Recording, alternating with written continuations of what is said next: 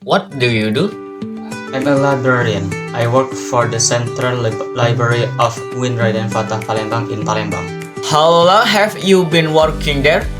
I have been working for the Library of Winraden Fatah Palembang since 2024. What kind of work do you do in the library? I work in the circulation desk and I assist library users to check in and check out books. Could you tell me more about your responsibilities? Winraden Fatah Palembang has more than 20,000 students excluding the non-academic and academic staff.